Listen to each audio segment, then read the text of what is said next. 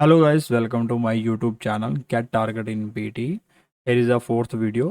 आज मैं आपको सिर्फ इसके बारे में बताऊंगा कि पीटी एग्ज़ाम पैटर्न कैसा आता है, पीटी में क्वेश्चंस कितने आते हैं, किस किस टाइप के आते हैं और नंबर ऑफ क्वेश्चंस कितने रहते हैं। ये पूरा 2022 का फॉर्मेट रहेगा पीटी एग्ज़ाम का। तो हम वीडियो स्टार्ट करते हैं। सबसे पहले जो रहेगा आपका, मैं आपको बता देता हूँ कि स्पीकिंग में जो आपके रहेंगे 5 टाइप के क्वेश्चंस रहेंगे। रीड अलाउड जो आएंगे आपको 6 आएंगे, ठीक है। रिपीट सेंटेंस 10 आएंगे आपको। डिस्क्राइब इमेज 5 to 6 भी आ सकते हैं, 5 भी आ सकते हैं। इसमें 2-3 तरह के चार्ट आते हैं मोस्टली जो अभी आ रहे हैं। पाई चार्ट आ रहा है, बार ग्राफ आ रहा है, लाइन चार्ट आ रहा है। सिर्फ 3 तरह के ही ग्राफ आ रहे हैं जो आप प्रिपेयर कर सकते हैं। रैंडम इमेज नहीं आ रही। तो रिटेल लेक्चर आप जो मुझे एग्जाम में आए थे वो 2 ही आए थे, मोस्टली 3 भी आते हैं बट मोस्ट प्रोबेबली आपको 2 ही आएंगे। तो आंसर शॉर्ट क्वेश्चन 10 नहीं आते हैं, ये 3 या 4 ही आते हैं। तो एक जो रहता है, 1 या 2 क्वेश्चंस जो रहते हैं वो मोस्ट प्रोबेबली काफ़ी इजी रहते हैं और 2 जो रहते हैं वो काफ़ी डिफ़िकल्ट रहते हैं। तो इसके ऊपर आपने ध्यान नहीं देना ज़्यादा क्योंकि ये 1 मार्क्स क्वेश्चंस ही होते हैं। तो जो रिटर्न समराइज रिटर्न टैक्स है वो यहाँ पर 2 लिखा हुआ है, तो मुझे भी एग्जाम में 2 ही आए थे। लेकिन जब आप प्रैक्टिस करते हैं किसी भी आप 4 मॉड्यूल्स में या कहीं भी प्रैक्टिस करते हैं वहाँ पर एक ही शो होता है, बट एग्जाम में ये 2 आते हैं। राइट फ्रॉम ऐसे 2 नहीं आते, एक ही आता है। तो उसके बाद रहेगा आपका रीडिंग स्टार्ट हो जाएगी, फिर मल्टीपल चॉइस सिंगल आंसर रहेंगे वो 2 आते हैं। मल्टीपल चॉइस मल्टीपल आंसर भी 2 आते हैं। रीऑर्डर पैराग्राफ 2 आते हैं, लेकिन मुझे एग्जाम में 4 आए थे। 3 भी आते हैं लेकिन मुझे 4 आए थे। तो जो मल्टीपल चॉइस मल्टीपल आंसर तो आए नहीं थे, ठीक है। उसके बाद रहता है फिल इन द ब्लैंक्स, 4 आते हैं, मुझे सिर्फ 2 आए थे। और reading and writing fill in the blank सिर्फ एक ही आया था।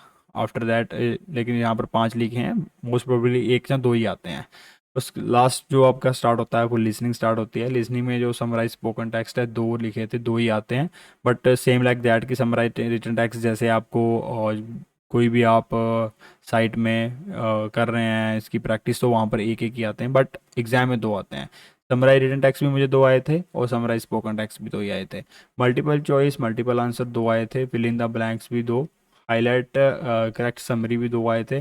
मल्टीपल चॉइस सिंगल आंसर 2 आए थे, बिल्कुल ऐसे आया था एग्जाम। सेलेक्ट मिसिंग वर्ड मुझे एक भी नहीं आया था, ठीक है। तो लेकिन 1 या 2 आते ही हैं, मुझे एक भी नहीं आया था। हाईलाइट इनकरेक्ट वर्ड जो रहते हैं वो 2 रहते हैं, मेरे को 4 आए थे। Return from right from dictation 3 ही आते हैं एग्जाम में। सबसे ज़्यादा वेटेज रहती है right from dictation, read aloud and repeat sentence. 80% exam इसी के ऊपर डिपेंड है। बाकी सारे ये मल्टीपल चॉइस मल्टीपल आंसर एक एक मार्क के रहते हैं।